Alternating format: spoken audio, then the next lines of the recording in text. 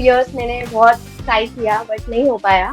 First attempt में मैंने 8 minutes target की थी, बट इस बार मैंने 10 मिनट्स टारगेट की। एंड आपके जो भी वीडियोस थे सारे वीडियोस मैंने लाइक एक बार फिर दूसरी बार रिविजन के टाइम पे तो वो मैंने कंटिन्यूसली ऐसे देखी है। तो बेसिकली आपकी जो प्रिपरेशन जो आपने बहुत अच्छे से डेडिकेटेडली की वो लास्ट 3 महीने की जो थी वो। आपके जो नोट्स है ना वो इनफ थे। तो बेसिकली आपको एक यूनिट कवर करने में कितना टाइम लग जाता था? Hey guys, welcome back to my channel Bansal biology. दोस्तों, आज मेरे साथ मेरी एक स्टूडेंट जुड़ी है जिनका नाम है पूजा। इनकी इस बार AIR 12 आई है JRF में। So first of all Pooja, welcome to Bansal biology and congratulation for AIR 12। Thank you ma'am. Pooja, expected था इतनी बढ़िया रैंक आएगी? बिल्कुल भी नहीं मैम। आपको पता है मैंने आपका दिसंबर वाला बैच ऑलरेडी ज्वाइन किया हुआ है बिकॉज मुझे मुझे लगा नहीं कि मुझे ये वाले अटेम्प्ट में होगा, क्योंकि ये वाला पेपर थोड़ा डिफिकल्ट गया था मेरा। तो लगा नहीं था कि इतना मार्क्स आएगा मुझे। हाँ, वही मैंने चेक किया कि पहले आपने बच्चा बायोलॉजी का रिकॉर्डेड बैच ज्वाइन किया हुआ है और उसके बाद फिर आपने ATP यस बैच यस भी मैम। ज्वाइन किया था। Yes ma'am yes. आपने ATP। तो ये बताइए मुझे कि घर वालों का क्या रिएक्शन था, घर वाले क्या बोल रहे थे? सब बहुत खुश होंगे ना, AIR 12 तो यार बहुत बड़ी बात होती है। यस मैम, एक्चुअली मैंने स्टार्टिंग में उनको उतना बताया नहीं था। मतलब मेरे पेरेंट्स उतने एजुकेटेड नहीं है तो उन्हें उतना समझा नहीं कि AIR 12 क्या होता है। फिर मैंने उनको बैठ के एक्सप्लेन किया कि इतने मतलब 72,000 बच्चे अटेम्प्ट करते हैं, तो उनमें से मेरा AIR 12 आया। तो फिर वैसे उनको समझा कि अच्छा, तो फिर एक्चुअल में अच्छा है, तो फिर वो भी अभी बहुत खुश है। Definitely definitely. सो मुझे ये बताओगे आप कहाँ से बिलोंग करते हो पूजा? आपने कहाँ से अपनी BSc की है, कहाँ से MSc की है? मैम, मैं बिहार से बिलोंग करती हूँ। लाइक मेरा नेटिव स्टेट है वो। बट मैं बचपन से लाइक मुंबई में हमारी जो मेरा जो बर्थ है वो बचपन से मुंबई से हुआ है। एंड मैंने अपना जो मास्टर्स था, पहले मैंने अपना बैचलर्स SIS कॉलेज से किया साइन में। And then after that masters from Saint Xavier's college Mumbai. And मैं अपने मास्टर्स के फर्स्ट ईयर से ही मेरा ये मतलब ऐसा बिलीव था कि मैं कर सकती हूँ। तो मैंने तभी से पढ़ना स्टार्ट किया था CSIR के लिए। लेकिन फॉर सम रीजन मुझे टाइम नहीं मिलता था उतना, क्योंकि कॉलेज के इतने होते थे कि 7 o'clock तक घर आती थी। तो वो थोड़ा बहुत डिफिकल्ट हो रहा था। 2 इयर्स मैंने बहुत ट्राई किया बट नहीं हो पाया। मैंने आई गेस ये मेरा थर्ड अटेम्प्ट है जिसमें मैंने अपना क्लियर किया है। एंड दैट टू मेरा मास्टर्स का एग्जाम अभी जस्ट अप्रैल 27 अप्रैल में हुआ final. And after that I started your batch and after that मेरा हो गया 3 मंथ्स के प्रिपरेशन में। या 3 मंथ्स का स्पैन था मेरा प्रिपरेशन का। रियली नाइस पूजा। तो आप मुझे ये बताओगे आपका मन कहाँ से हुआ कि यार CSI नेट जैसा एग्जाम देना है? कहाँ से मन आया? मैम, आप बिलीव नहीं करोगे, मैंने CSI नेट के बारे में ऐसे तो मुझे किसी का गाइडेंस मिला नहीं था। बट मैंने ऐसे ही खुद से यूट्यूब पे आपके वीडियोस देखे थे। फिर मैंने और सर्च किया आपके जो इन्फॉर्मेटिव वीडियोस होते हैं जिसमें आप बताते हो कि CSI नेट क्या होता है, उसे कैसे आप फॉर्म भर सकते हो, एलिजिबिलिटी क्राइटेरिया क्या है। फिर मैंने धीरे धीरे वो वीडियोस देखना स्टार्ट किया एंड देन मुझे लगा कि, क्योंकि मुझे पहले नीट करना था एंड बाद में फिर मेरे को ऐसा लगा कि नहीं, ये मैं कर सकती हूँ आफ्टर माई BSc एडमिशन। तो मेरा बैचलर्स से ये ड्रीम था कि I will clear net one day. तो अच्छा। तभी से आई हैड स्टार्टेड। बट मैंने फिर एलिजिबिलिटी देखा कि बैचलर्स वाले अटेम्प्ट नहीं कर सकते, like awaited result, awaited category में। तो तभी से फिर मैंने मास्टर्स से करना स्टार्ट किया। But through your videos only I got to know about CSI NET exam. And then ऐसा लगा कि yes I can do. And मुझे हमेशा से लाइक रिसर्च, साइंटिस्ट, वही फील्ड में, एकेडमिक फील्ड में ही जाना था। तो डेफिनेटली ये वाला पाथ चूज किया मैंने। तो आपने सीरियसली प्रिपरेशन कब शुरू की थी पूजा? मैम, सीरियसली मैंने तो मास्टर्स से ही स्टार्ट किया था। मैं बहुत ट्राई कर रही थी, like I was very serious. मैं अपने मास्टर्स की भी पढ़ाई, मतलब स्टडीज, मेरे एग्जाम्स होते थे तो मैं एग्जाम का पढ़ती थी एंड आफ्टर दैट मैं CSR का पढ़ती थी। लिटरली मेरा नेक्स्ट डे एग्जाम है बट मैं स्टिल CSR का पढ़ती थी। I was very serious about that. But for some reason I don't know, मेरा आई गेस फर्स्ट अटेम्प्ट में 78 आया था percentile. And after that 93 percentile आया। तो आई गॉट कॉन्फिडेंस कि yes I can do it in the next attempt. And उसके बाद जब से मैंने आपका कोचिंग स्टार्ट किया, आई फॉर सम रीजन मेरे को ऐसा लगा कि यस अब भी तो हो सकता है। एंड मैंने आपका, मुझे अभी भी याद है, it was May 1st, and आपका एक वीडियो आया था, ऑल इंडिया रैंक 1। एक स्टूडेंट थी जिनका आया था, वो वीडियो मैंने देखा। तो फिर उसके बाद मैंने रिकॉर्डेड बैच लिया, एंड आफ्टर दैट मैंने स्टार्ट किया। बट बाद में मुझे थोड़ा सा मेरा डीमोटिवेशन हुआ कि मेरे से होगा या नहीं होगा, तो मैंने फिर एटीपी बैच ज्वाइन किया फॉर दिसंबर अटेम्प्ट। बट इसमें ही हो गया। Really nice. सो मतलब क्या मन किया, मतलब क्यों मन ऐसा हुआ कि आप बंसल बायोलॉजी ज्वाइन करने, ऐसा मन कहाँ से आया? मैम, मैंने आपको मैसेज भी किया है। मैंने लिटरली सबको बोला है जिन्होंने भी मुझे अभी कॉन्ग्रेचुलेशन के लिए मैसेजेस किए हैं। मैंने उनको यही बोला कि मैंने आपके जब यूट्यूब पे वीडियोस देखे थे ना, तो आपका जो पढ़ाने का तरीका था, मेरे एक सर है बैचलर्स में, प्रमोद सर। वो, वो एकदम बेसिक से पढ़ाते, तो उनका पढ़ाने का जो तरीका था और आपका पढ़ाने का तरीका एकदम सिमिलर लगा मुझे। लाइक वो मेरे फेवरेट टीचर है, एंड उनसे मैं इंस्पायर हुई। एंड आपको देखा तो आपको ऐसा लगा कि आपका जो पढ़ाने का तरीका है ना, वो बहुत अच्छा है ना, मैं समझ सकती हूँ आपका जो वे ऑफ टीचिंग है। इसलिए मेरे को ऐसा लगा कि बंसल बायोलॉजी से ही मैं कर सकती हूँ CSIR में। इसलिए मैंने ज्वाइन किया, एंड हो गया। So lucky. Sweet of you Pooja. So Pooja, अपन प्रिपरेशन पे चलते हैं। आपने कितनी यूनिट्स यस टारगेट की थी? मैम, मैंने फर्स्ट अटेम्प्ट में मैंने 8 यूनिट्स टारगेट की थी। बट इस बार मैंने 10 यूनिट्स टारगेट की। मतलब स्टार्टिंग में मैंने 8 की थी, अभी के अटेम्प्ट में मैंने 10 यूनिट्स किए थे पूरे। और एंड जो बाकी के यूनिट्स थे उसके थोड़े थोड़े मैंने पोर्शन किए थे, जो इम्पोर्टेंट टॉपिक्स थे। कौन कौन सी ऐसी 3 यूनिट्स थी जिसके आपने थोड़े थोड़े पोर्शन पढ़े? मैम, जो 12 वाला यूनिट है हमारा अप्लाइड बायोलॉजी का, वो यूनिट। एंड देन 13 यूनिट का भी आई गेस थोड़ा थोड़ा पोर्शन जो आपने पढ़ाया था, वो वाला तो मैंने किया ही। एंड बाकी जो सर ने किया था उसका थोड़ा सा पोर्शन मेरे से नहीं कवर हो पाया, बिकॉज टाइम कम था। हाँ तो हाँ। इसी की वजह से उसका थोड़ा सा मैंने पोर्शन किया था। And one more unit diversity. So I guess it's 7 unit, so वो भी मैंने थोड़ा सा किया था। I am from zoology background, but मुझे फॉर सम रीजन मुझे वो समझ नहीं आता। लाइक चीजें याद करनी बहुत है उसमें, तो मेमोराइजिंग उतना नहीं हुआ। तो जितना कम टाइम था, मुझे लगा कि जो मुझे अच्छे से आता है उसे मैं अपनी स्ट्रेंथ बना के मैं उन यूनिट्स को ज्यादा अच्छे से प्रिपेयर करूँ। इसलिए मैंने बाकी के यूनिट्स को अच्छे से किया, 10 यूनिट्स को प्रॉपर तरीके से किया। डेफिनेटली एंड डाइवर्सिटी ऑल्सो, में बहुत ज्यादा याद करना होता है। हाँ बोलो। यस मैम, ऑल्सो यूनिट 4 में जो इम्यूनोलॉजी का क्वेश्चन था, उसमें भी मैंने ज्यादा कवर नहीं कर पाई, लाइक फॉर टाइम रीजन। मतलब मेरे पास उतना टाइम नहीं था, तो इम्यूनोलॉजी के जो सर के वीडियोस थे, वो मैंने अच्छी तरीके से नहीं देखी। एंड आपके जो भी वीडियोस थे, सारे वीडियोस मैंने लाइक एक बार फिर दूसरी बार रिविजन के टाइम पे, तो वो मैंने कंटिन्यूसली ऐसे देखी है। तो वो मैंने अच्छी तरीके से प्रिपेयर किया था, जितना भी आपने सिखाया है हमें पूरे। तो बेसिकली आपकी जो प्रिपरेशन जो आपने बहुत अच्छे से डेडिकेटेडली की, वो लास्ट 3 महीने की जो थी वो पूरी डेडिकेटेडली आप, यस मैम। तो आप किस यस मैम। तरीके से मैनेज करते थे? लेक्चर्स कैसे देखते थे? नोट्स बनाए आपने खुद के या नहीं? हाँ मैम, ये नोट्स का डाउट एक्चुअली मुझे बहुत स्टार्टिंग से था।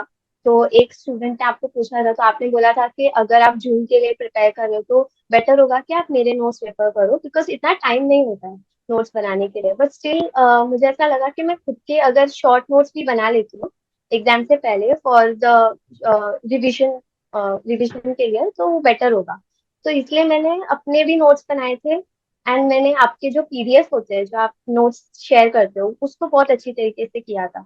मतलब मैंने सिर्फ वही किया था, उसके अलावा मेरे को टाइम ही नहीं था एक्चुअली।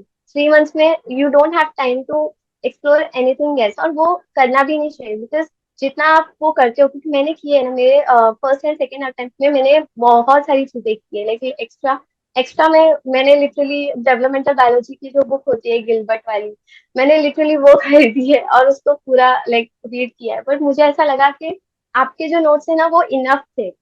अगर वो मैंने अच्छे से किए ना, तो फिर हो सकता है। तो इसलिए मैंने वही किया, एंड उसमें से ही वही PDF को मैंने देखा और उसी से अपने अपने वाले नोट्स बनाए। एंड फिर हाँ उसको लास्ट मोमेंट पे रिवाइज किया मैंने। हाँ, क्योंकि गिलबर्ट बुक खरीदना बहुत बड़ी बात हो गई। महंगी, ये स्टैंडर्ड बुक्स जो होती है वो यस। काफी कॉस्टली भी होती है, और उनको आपने परचेज किया। पर ये मुझे बताते हैं कि आप में कितनी यस। डेडिकेशन होगी उस चीज से रिलेटेड। सो आप कैसे बैलेंस यस करते मैम। थे पूजा, मतलब कि कितने लेक्चर्स देखते थे एक दिन में? हाँ मैम, एक्चुअली मेरा मास्टर्स तो हो गया था फाइनल एग्जाम्स, तो आई हैड इनफ टाइम। जैसे हाँ बाकी के बच्चे, जैसे मैं करती थी तभी, उनको उतना टाइम नहीं होगा। मैं स्टार्टिंग मतलब मैं सुबह को उठती थी, जो भी मैंने पहले पढ़ा हुआ है उसको रिवाइज करती थी, एंड उससे कुछ क्वेश्चंस थे उसको सॉल्व करती थी। मतलब उतने उतने नहीं कर पाती थी। फिर मैं 9:30 से फिर मेरा स्टार्ट होता था जो न्यू यूनिट्स है उसके आपके वीडियोस देखना। एंड मेरे पास टाइम कम था एंड मेरे को ऐसा था कि मुझे इसी अटेम्प्ट में कैसे भी करना है। हाँ। तो इसलिए मैं लाइक मैराथन सीरीज लगाती थी आपके वीडियोस का। तो मैं ऐसे 2x स्पीड में देख रही हूँ आपके वीडियोस। एक यूनिट क्या literally I will complete like 5 to 6 videos में आपके कंप्लीट कर लेती थी। एंड आफ्टर दैट करना नहीं चाहिए क्योंकि आप उतना ग्रास्प नहीं कर पाते हो, बट मैं मेरा मुझे ऐसा लगा कि मेरी कैपेबिलिटी है उतनी। तो मैंने 5 to 6 वीडियोस देखे एंड फिर उसके पीडीएफ उसको रिवाइज करना पूरा दिन। एंड बीच बीच में मैं दूसरे यूनिट्स को करती थी, जैसे यूनिट 1 मैंने किया तो उसके बाद मैं उसके साथ साथ यूनिट 3 का भी रिवीजन करती थी। तो शाम का टाइम मेरा मोस्टली ऐसे रिवीजन में जाता था। जो मेरा मॉर्निंग से लेके आफ्टरनून का टाइम रहता था उसमें मैं न्यू यूनिट्स को देखती थी। एंड इवनिंग में क्योंकि मेरा थोड़ा एनर्जी डाउन रहेगा तो फिर उस टाइम पे मैं रिवीजन वाला करती थी। एंड आफ्टर दैट नाइट में मेरा ज्यादा नहीं रहता था, बट मैं मॉर्निंग जल्दी नहीं उठ पाती हूँ तो मैं नाइट में लाइक मैं अगर 11 o'clock से स्टार्ट कर रही हूँ तो मैं 3 o'clock तक 4 o'clock तक थोड़ा मैं करती ही हूँ। मतलब मैं रात को ही ज्यादा जग के पढ़ाई करती थी। और जो आपने अभी मुझे बताया कि आप 5 लेक्चर्स देखते थे, तो सेम यूनिट के होते थे या अलग अलग हम्म। यूनिट के करते थे? Same unit. Same same unit. Unit के मेरा ऐसा है कि यस। तो इसका मतलब तो फिर मेरे को आपने ऐसा यूनिट कभी बहुत कभी, जल्दी जल्दी खत्म की होगी। Yes ma'am, yes. मतलब ऐसा होता था कभी कभी कि मैंने वो यूनिट बहुत जल्दी खत्म कर लिए तो उस चीज को मेरे दिमाग में मतलब रखने के लिए उसको बार बार रिवाइज करती थी मैं। तो एक ही यूनिट को मेरा ऐसा है कि मुझे ना एक टॉपिक अच्छी तरीके से करना है। मैं बीच में दूसरा टॉपिक जंप करती तो थोड़ा कंफ्यूजन होता था मुझे, तो हाँ। इसलिए मैं एक ही यूनिट को एक ही साथ करती थी। लाइक 5 वीडियोस मैंने आज देख लिए तो अगले दिन मैं उसके और 5 वीडियोस देख लूंगी आज आगे के। तो ऐसे ही आपके आपके वीडियोस भी ज्यादा नहीं रहते थे एक यूनिट के। तो मैं वो ऐसे करती थी तो मेरे 2 दिन में मैंने एक टाइम टेबल बनाया था, शेड्यूल। तो उसमें मैंने ऐसे डेट लिखे थे कि मेरे इस डेट में ये 2 डेट में मैं ये वाला यूनिट तो कंप्लीट कर ही दूंगी। एंड हाँ। वो टारगेट लेके मैं चलती थी एंड हो जाता था। तो वो ऐसे ऐसे करके मैं कंप्लीट करती थी एंड रिविजन वैसे ही स्टेप वाइज मैं जैसे जैसे पढ़ती हूँ जो मैंने पहले की है उसको मैं फिर स्टार्टिंग में रिवाइज करती हूँ। वैसे किया मैंने। सो बेसिकली आपको एक यूनिट कवर करने में कितना टाइम लग जाता था? एक यूनिट मैम डिपेंड करता है। जैसे अभी developmental biology was a lengthy unit, तो उसको करने के लिए मुझे लाइक लिटरली 4 to 5 डेज लग जाते थे मिनिमम। एंड उसमें मैं उसका जो नोट्स रहता था रिविजन उसमें भी थोड़े टाइम लगते थे मुझको क्योंकि developmental biology was a new unit for me and हाँ। It was interesting too. तो दैट्स व्हाई मुझे उसमें थोड़ा इंटरेस्ट आता था तो मुझे मैं उसको थोड़ा टाइम दे के पढ़ती थी। एंड मेरा फंडामेंटल जो यूनिट 3 है fundamental biology, unit 1 biochemistry. Biochemistry में मेरे को थोड़ा टाइम लगता था। That was my weaker unit बोल सकते हैं क्योंकि मेरा बायोकेमिस्ट्री उतना अच्छा नहीं था। And fundamental was very strong, तो वो मेरा जल्दी हो जाता था। लाइक अराउंड 1 से 2 दिन में मैं कंप्लीट कर लेती थी आपके सारे वीडियोस। मतलब मैंने लिटरली आपके जो लाइव वीडियोस आते थे उस टाइम पे मेरे ऑलरेडी कंप्लीट हो चुके रहते थे, तो मैं वो रिवीजन की तरह अटेंड करती थी लाइव क्लासेस आपके। तो वैसे मैंने किया, थोड़ा मैं एकदम फास्ट जाती थी। और आप क्वेश्चन प्रैक्टिस कैसे करते थे? एज आपके पास कम टाइम था, रिवीजन भी करना था, यूनिट्स भी कवर करना, हाँ क्वेश्चन प्रैक्टिस के लिए पीवाईक्यूज करते थे? आपके कोर्स में जो पीवाईक्यूज मैं करवाती थी वो करते थे? टेस्ट सीरीज के करते थे? कैसे करते थे आप? मैम, जब मैं आपके यूनिट्स करती थी तो बीच में मैं पहले सारे वीडियोस देख लेती थी। फिर हाँ। I will give some time to me to see कि मैंने कितना पढ़ा है। तो उसके लिए मैं एक दिन रखती थी एंड उसके बाद आपके जो लास्ट में आप लेते लेते हो ना सेशन टेस्ट वाले पीवाईक्यूज वाले, तो वो सेशंस अटेंड करती थी एंड रिकॉर्डेड रिकॉर्डेड में कि मैं कितना आंसर कर पा रही हूँ वो देखती थी। एंड उसके बाद में जो आपके मॉक टेस्ट थे जो आपने बनाए थे वो मैंने सारे अटेम्प्ट किए। सब सब मैंने अटेम्प्ट किया तो वो मैं यूनिट वाइज करती थी। लाइक मैंने अभी डेवलपमेंटल बायोलॉजी का किया तो मैं उसके सारे अटेम्प्ट कर रही हूँ, उसके सारे मॉक टेस्ट दे रही हूँ। एंड फिर थोड़े टाइम के बाद उन्हीं मॉक टेस्ट को फिर से मैं रिवाइज करती थी कि ये वाले क्वेश्चन मुझे अभी आ गए आफ्टर रिवाइजिंग द टॉपिक। तो उस तरीके से मैं अपने आप को एनालाइज भी करती थी कि मैंने कितना इम्प्रूवमेंट किया है। तो मैं खुद से ही खुद को एनालाइज करती थी कि मैंने इतने ये क्वेश्चंस पहले मैं नहीं अटेम्प्ट कर पा रही थी आपके, तो आपके वीडियोस देख देख के ही मैंने पीवाईक्यूज वाले वीडियोस देख के ही मैंने किए। मैंने कुछ एक्स्ट्रा किया ही नहीं क्योंकि मेरे पास टाइम ही नहीं था एक्स्ट्रा करने का, तो मैंने वही किए थे। और एक्स्ट्रा करने की आपको जरूरत ही नहीं पड़ी क्योंकि आपने वो चीजें कर ली, हाँ। इतना कर लिया ना, मोर देन इनफ होता है। हम जब बोलते हैं ना 13 यूनिट है, बहुत आसान लगता है, पर आप असल में देखोगे ना यस। इसका इतना सारा कंटेंट होता है उसमें, क्वेश्चन प्रैक्टिस रिवीजन अगर आप वो कर लोगे, इट्स मोर देन इनफ। भागने की जरूरत है ही नहीं। सो पूजा, आप एक बात बताइए, 3 महीने थे, बहुत जल्दी जल्दी आप कर रही थी, लेकिन कंसिस्टेंसी मेंटेन करना कहीं ना कहीं टफ लगता होगा। ऐसा लगता होगा कि मैम थक गई, मैं आज 5 5 लेक्चर्स कर रही हूँ, एक दिन ऐसा लगता होगा कि अब थक गई, बस हो गया। तो ये सारी चीजों को कैसे टैकल करते थे? मैम, ऑनेस्टली मेरे को ये बहुत बार हुआ। मतलब इट वाज लाइक मेरे सारे friends after final exams they got job. Some went into research associate field, some went into R and D. And मेरा ऐसा था कि I don't want to give an interview, मुझे अभी सीएसआई पे फोकस करना है। बट कभी कभी बीच में डिमोटिवेशन होता था कि what if it does not, मैं क्रैक ना कर पाऊँ तो हाँ। फिर मैं जॉब कर। मैं लिटरली बीच में, आपको बिलीव नहीं होगा, मैं बीच में मेरे सीएसआई के वीडियोस होते थे एंड मैं बीच में नौकरी ऐप पे जाके जॉब सर्च करती थी कि अगर ये नहीं हुआ तो मैं जॉब कर लूंगी कुछ। तो वो बहुत एक स्ट्रेस का माहौल था, मेरे दिमाग में बहुत स्ट्रेस था कि मैं अगर ये नहीं कर पाऊंगी तो फिर मेरे को जॉब भी नहीं मिलेगी। तो इसलिए बीच में बहुत डिमोटिवेशन हुआ, बट मेरे को अंदर से ऐसा था कि आई कैन डू इट, मुझे करना है, क्योंकि मैंने बहुत पहले से सोच के रखा था। मुझे, मैंने अपने सर को बताया था, बैचलर्स के सर को, मैंने सबको, लाइक मेरे क्लास में सबको पता था कि she is preparing for net. And मुझे ऐसा था कि आई कैन डू इट, मेरे अंदर से आ रहा था। मैंने बीच में छोड़ भी दिया था, लाइक मैंने क्लासेस अटेंड करना बंद कर दिया and I stop studying. But after that I thought कि नहीं, मैंने इतनी 2 साल मेहनत की है, let's just give it a try. मतलब ये जून के अटेम्प्ट में जस्ट ट्राई कि व्हाट इफ, मतलब परसेंटाइल कितनी आती है वो देखो एक बार। तो इसलिए मैंने थोड़ा बीच में डिमोटिवेशन तो आता ही है मैम, थोड़ा स्ट्रेस तो रहता ही है, क्योंकि मेरा एग्जाम्स हो गए थे, करने के लिए कुछ नहीं था, पूरा दिन तुम पढ़ाई कर रहे हो, तो बीच बीच में होता है। बट अगर आपको अंदर से है कि आपको करना ही है तो वो हो जाता है। मतलब उसमें आपको किसी मोटिवेशनल वीडियोस देखने की जरूरत नहीं है। एंड मैं आपके वीडियोस देखती थी तो मुझे वो हो ही जाता था। मतलब आपके वीडियोस देख के मेरे को रिवाइज करने की भी जरूरत ना पड़े, वैसे वीडियोस रहते थे आपके, तो हो जाता था। तो इतना डिमोटिवेशन हुआ बट कर लिया। ये बहुत अच्छी बात आपने बोली पूजा कि आप खुद से मोटिवेट होते थे। स्टूडेंट्स हमेशा मुझे बोलते हैं कि मैम कुछ यस। ऐसा बोल दो कि मोटिवेशन मोटिवेट हो जाओ। मैंने कहा मैं कोई बाबा थोड़ी है, हम कोई बाबा नहीं है, हम हाँ। आपको गाइड कर सकते हैं, लेकिन जो मोटिवेशन आपको खुद से आएगा ना वो बेस्ट मोटिवेशन होगा, उससे अच्छा कोई मोटिवेशन नहीं हो यस सकता। सो पूछा, आप बंसल बायोलॉजी पे आप थे, कुछ टाइम के लिए थे, आपने बहुत सारी क्लासेस देखी, ऐसा कौन सा फीचर, कोई ऐसा लगा आपको फीचर कि यार ये तो बेस्ट फीचर है, इसने मुझे बहुत हेल्प की मेरी प्रिपरेशन के टाइम पे? तो ऐसा कोई फीचर लगा आपको? मैम, आपका जो लास्ट में जो आप क्वेश्चंस पूछते थे ना, तो वो एक वो मुझे बहुत अच्छा लगता था, क्योंकि मैंने अभी जस्ट वीडियोस देखा है तो वो मैं अच्छी तरीके से सॉल्व कर पाती थी। बट रिवीजन करने के बाद आपके जो पीवाईक्यू सेशंस आप लेते थे वो बहुत हेल्पफुल थे। आई ऑनेस्टली टेल यू कि वो बहुत हेल्पफुल होता है, क्योंकि अगर वो आपने फिर से रिवीजन करने के बाद किया ना सॉल्व, तो यू गेट अ मोटिवेशन अंदर से, you get a confidence.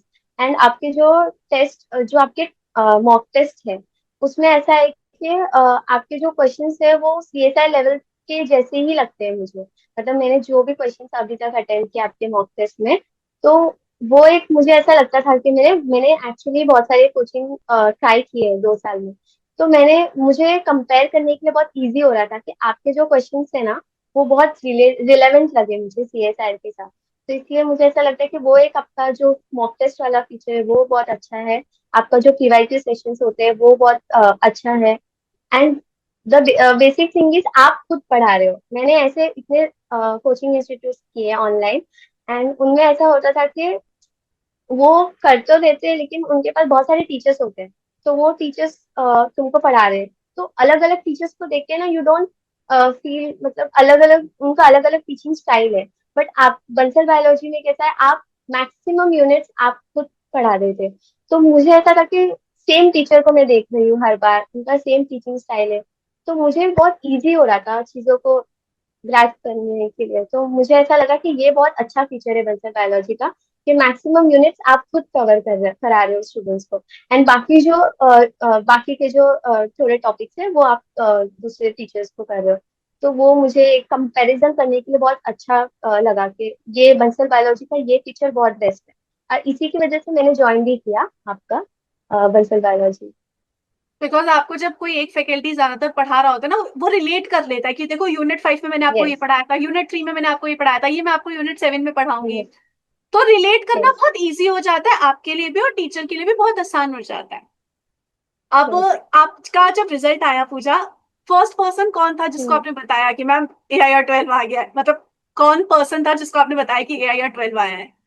My sister, मतलब एक्चुअली ऐसा था कि घर में मम्मी पापा तो रहते थे, बट उनको ऐसा था कि मैं बचपन से I was a like topper, तो मैं हमेशा पढ़ती रहती थी, तो उनको इतना फर्क नहीं पड़ता था कि ये अभी फिर से किसी एग्जाम का प्रिपेयर कर रही होगी, तो उनको उतना नहीं पता था।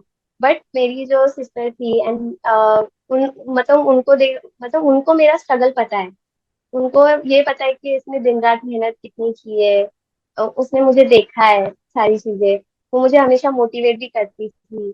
मैंने जब बीच में पढ़ना छोड़ा था तो उसने ही मुझे मोटिवेट किया कि yes you can do it, तो मत होप मत छोड़, एक बार ट्राई करके देख। तो उसको सबसे पहले मैंने बताया, मैंने मतलब मुझे ऐसा था कि सबसे पहले जो स्कोर कार्ड आया था ना, उस टाइम पे मैंने उसको सबसे पहले बताया था।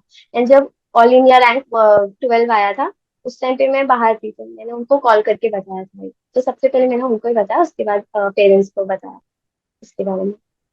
तो पूछा, अगर कोई ऐसा स्टूडेंट है जो कंफ्यूज हो रहा है कि मैं सेल्फ स्टडी करूं या मैं कोचिंग के साथ जाऊं, कंफ्यूज है, उसे कुछ आइडिया हम्म। नहीं है प्रिपरेशन का, वो भी यूट्यूब पे सर्च वगैरह शायद करके आपका वीडियोस के सामने आए, तो आप उसे क्या गाइडेंस देना हम्म। चाहोगे? मैं उनको यही गाइड करना चाहूंगी कि आप पहले खुद को एनालाइज कीजिए, क्योंकि ऐसा है कि एवरी पर्सन इज डिफरेंट, उनका अपना एक वे होता है समझने का। जैसे मेरा एक वे था कि मैं ऑलरेडी एक ब्रिलियंट स्टूडेंट थी, बट मुझे ऐसा मेरा एक क्राइटेरिया था कि मुझे जल्दी करना है CSI में, आई डोंट हैव टाइम। मुझे ऐसा था कि I can not drop 1 more year for CSI net, so I wanted to do it जल्दी से। तो इसलिए मैंने ऑनलाइन कोचिंग इंस्टीट्यूट, मतलब मैंने आपका जो ऑनलाइन वो वाला वे चूज किया।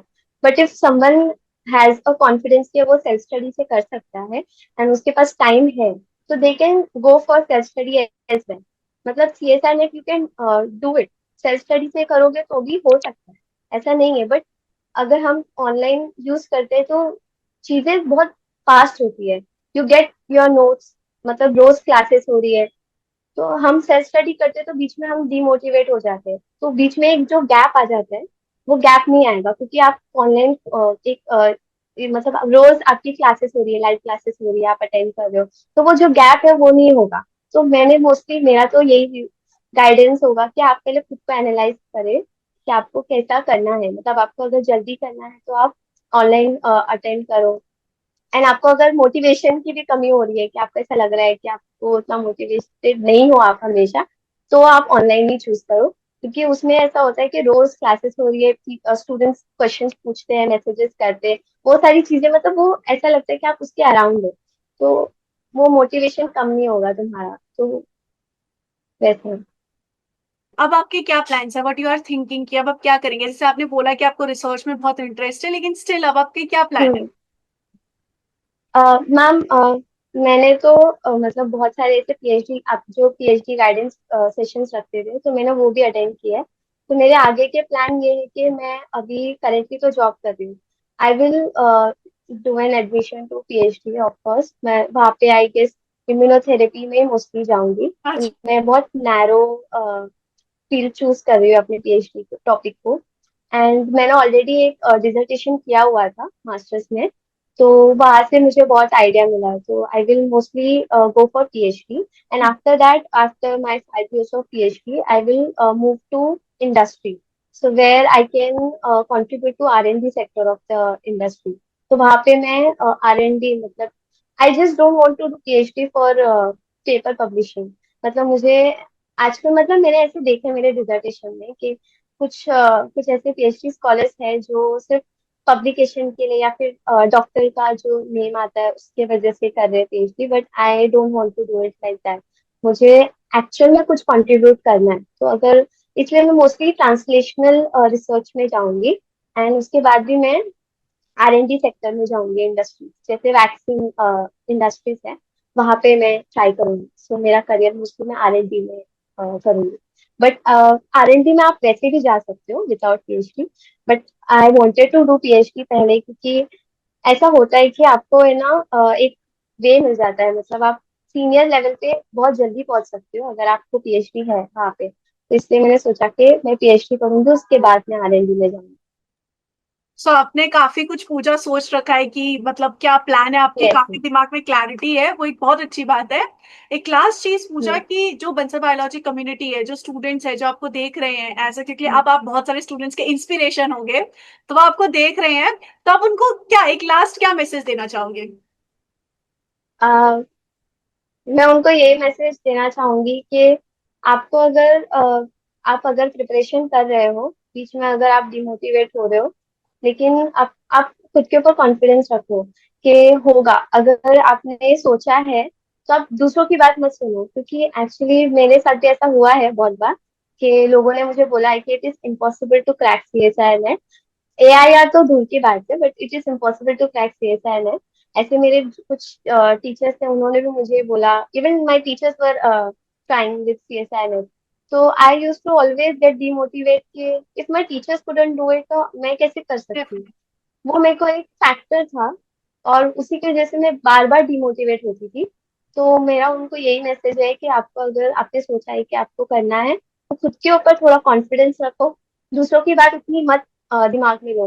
मैंने literally 3 months I have cut down my self from every one. मतलब मैंने ज्यादा किसी से उतनी बात नहीं की कि मैं प्रिपरेशन कर रही हूँ ये मैंने उतना बात नहीं किया, क्योंकि मुझे मेरा कॉन्फिडेंस कम नहीं करना था। तो मेरा यही मैसेज रहेगा उन लोगों को कि यू कैन डू इट। खुद पे कॉन्फिडेंस रखो, वो हो जाएगा। अगर आपको खुद के ऊपर कॉन्फिडेंस है तो हो ही जाएगा वो।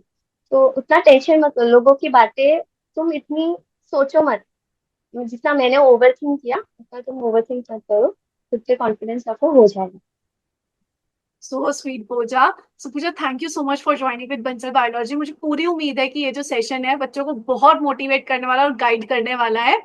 आई होप थैंक कि यू मैम। बच्चे आपके जैसे अंदर से मोटिवेट हो सके और उनको खुद के मन करे कि उन्हें इतने क्लैरिटी लेकर आनी है और CSR क्लियर करना है। I wish you all the very best Pooja. Thank you so much for joining with Bansal thank you ma'am. Biology. Take thank care. You so much ma'am. Bye bye thank Pooja. You ma'am.